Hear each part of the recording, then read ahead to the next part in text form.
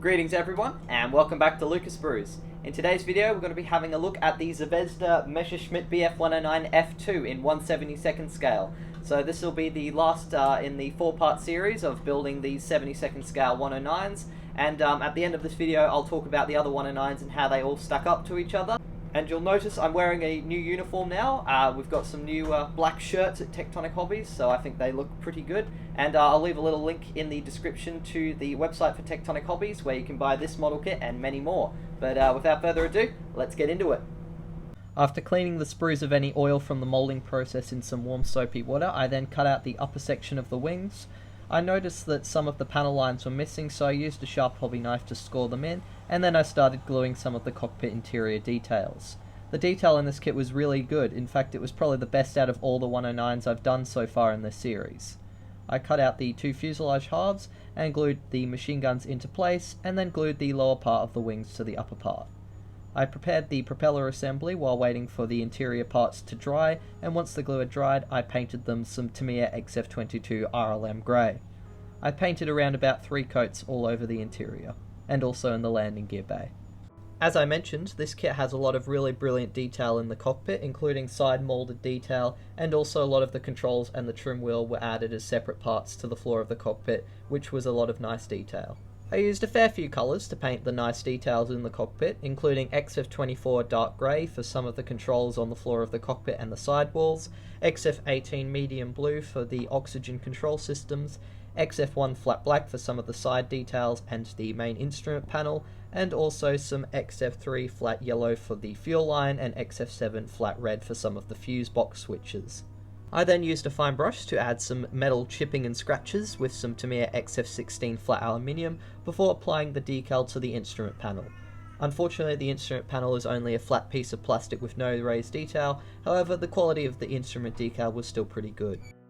With the decal in place, I then glued the tail wheel to the inside of the aircraft fuselage, and then I got out some Tamiya black panel liner and applied it over the entire of the cockpit to highlight the surface detail and add a bit of weathering. I then glued the 2 fuselage halves together and then the wings to the fuselage halves and used some bulldog clips to hold them in place while they dried. I then added on the fine details such as the elevators, the radiator, and I also added on the landing gear. I glued the wheels in place after I'd sanded them a little bit just to make them a tiny bit flat to give the impression of a bit of weight.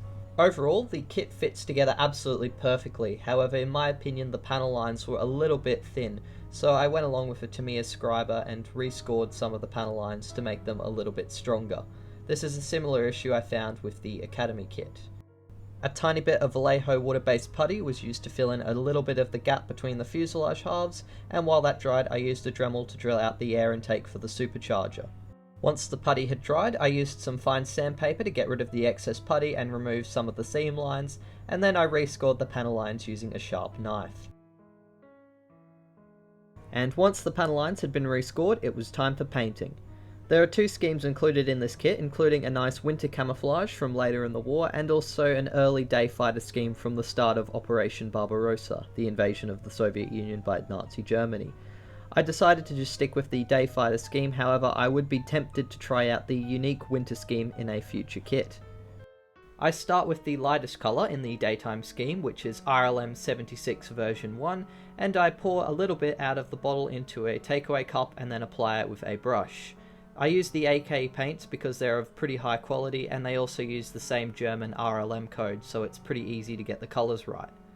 I apply my layers of paint in the same direction as much as possible, thinning them a little bit with water, although generally the AK paints are pretty nice and thin when they come out. By applying the paint in uniform layers that are in one direction and also keeping them thin, you help reduce brush strokes. It's also a good idea to keep your layers nice and thin so you don't hide any of the surface detail underneath the paint or end up with thick paint lines. On the upper surface, I paint the lightest colour first in the 2-tone camouflage, which is RLM 75. The reason I keep saying about starting with the lightest colour first is because the lighter the colour, the more likely the layer underneath is to show through. So you always want to start with the lightest colour and then add the darker colours on top of them, otherwise you might end up with an uneven finish because of the darker colours underneath. I do about 2 coats of RLM 75 before applying the darker colour on the upper surface of the wings, which is RLM 74. I try to outline the camouflage patterns and then fill them in neatly. On the wings it's a little bit sharp, but on the sides of the fuselage there are some spots where the paint kind of streaks down and creates a few kind of bumps. So I tried to replicate them by gently rubbing the brush on the side of the model to get a little bit more of an uneven finish on the sides and keeping it a little bit more straight, neat and clean on the wings.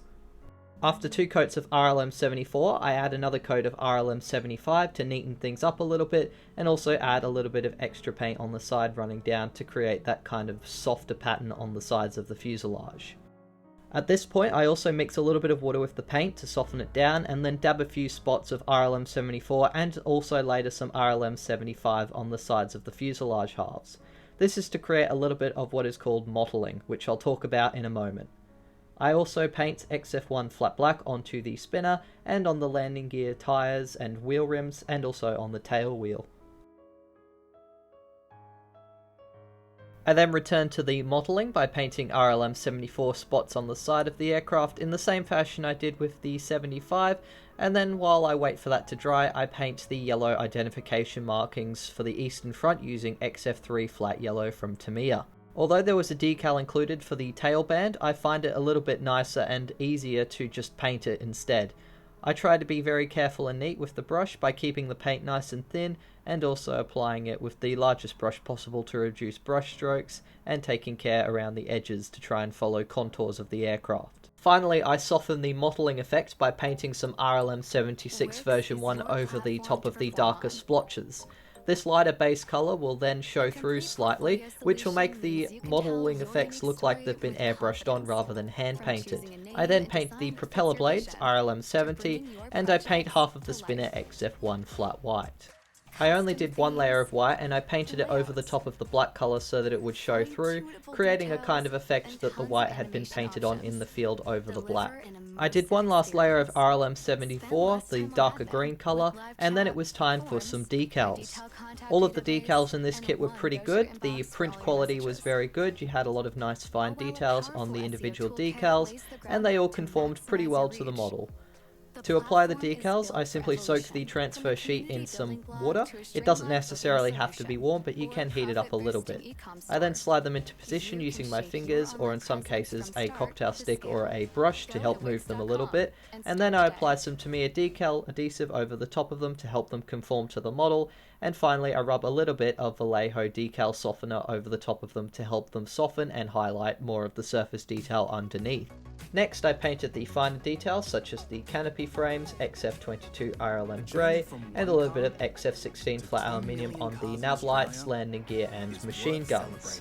Next I painted a bit of RLM 75 over the top of the XF22 to create the darker outside colour for the canopy, and then it was time for a little bit of weathering. Celebrating 2 million cars in Australia. First of all, I use a fine brush to apply some XF16 flat aluminium that has been dabbed a little bit on paper towel so that it doesn't flow as much, and then I stipple or dab it along the areas that are likely to receive metal chipping, such as the leading edges of the wings and the horizontal and vertical stabilizer, along the access panels and areas where crew would likely be walking or accessing various parts of the aircraft, and also along the edges of the control surfaces and on the tips of the propeller blades and parts of the aircraft that would be exposed to the airflow in flight. Once the chipping has dried, I then use a little bit of Tamiya panel liner scent and I apply it into the areas where the control surfaces are and along panel lines and areas of detail that I want to highlight. While the panel liner is drying, I'll drag it back with a cotton tip to create the illusion of streaks and leaks. You want to make sure that when you do this that you apply the cotton tip in the direction the air would flow over the aircraft, much as you've done with painting. Once the panel liner has fully dried, I'll thin it out a little bit and soften the effects using some enamel thinners. Since I painted the aircraft using acrylic paints, the thinners won't react with the paint, which means that you can pretty much add whatever weathering you want with the enamel paints or the panel liner, which is enamel based, and then use the thinner to thin it out. I also use the thinner to drag it backwards again in the direction of the airflow to create the illusion of streaks and leaks from over time. I then get some Tamiya weathering powder and apply some sand and brown coloured stains onto the wheels to make it look like the aircraft's been operated out of dirt strips, and then I'll apply a little bit of darker browns and blacks to create exhaust streaks, a few leaks coming out of the radiator underneath, and a bit of dirt coming from the wheel well. The final step is to use some Tamiya clear colours to create the green and red nav lights, And with that, the Zvezda Bf109 F-2 was finally completed. And here you can see the final results. I'm really quite pleased with how this kit turned out. It surprised me with how easy it fitted together. Being one of Zvezda's snap fit kits, they say that you can assemble it without even gluing it, and to be honest, you probably could, but I like to glue them anyways to make them a little bit stronger. Really, the only issues I had with this kit were the panel lines being a little bit thin, and as you can see, even after the work I did with the scribing tool to make the panel lines a little bit thicker, they're still quite shallow. However, most people will probably be quite happy with that as it makes them look a little bit more to scale. I also wish that it had a 3-piece canopy so that you could have it open rather than just the single snap fit one. However, they've done that obviously to make it a little bit more simple. I would have liked to have had it though that you could open the canopy up and show the wonderful details in the interior. After having done this kit and thus finishing the building of the 4 BF109s that I originally did an inbox review on, I'd have to say this I would recommend as the best one out of all 4 of them. It's not too expensive, it comes in at $20, so the same as the Academy and the Italeri one, and much cheaper than the airfix one. It had the most detail in terms of both the cockpit and the landing gear, and just in general, much better than the airfix one, especially in the interior. And the schemes included are quite nice. It doesn't have as many options as the Italeri and the Academy one, so if you've done a few BF109s, you know, you might want to get an extra set of decals if you're going to do this. But if you're a beginner, this kit is excellent. It fits together really easily, and the only issue I would say would be the decal instructions were pretty bad. I only kind of knew where to put all the decals because I'd done BF109 so many times before this. I kind of had a rough idea where everything went. However, if you didn't, then the decal instructions were pretty poor. But otherwise, this is a fantastic kit, and I'd recommend it to anyone who's a fan of German aircraft or who wants to have a go at building models. It really is a wonderful hobby, and this would be a brilliant introduction to it.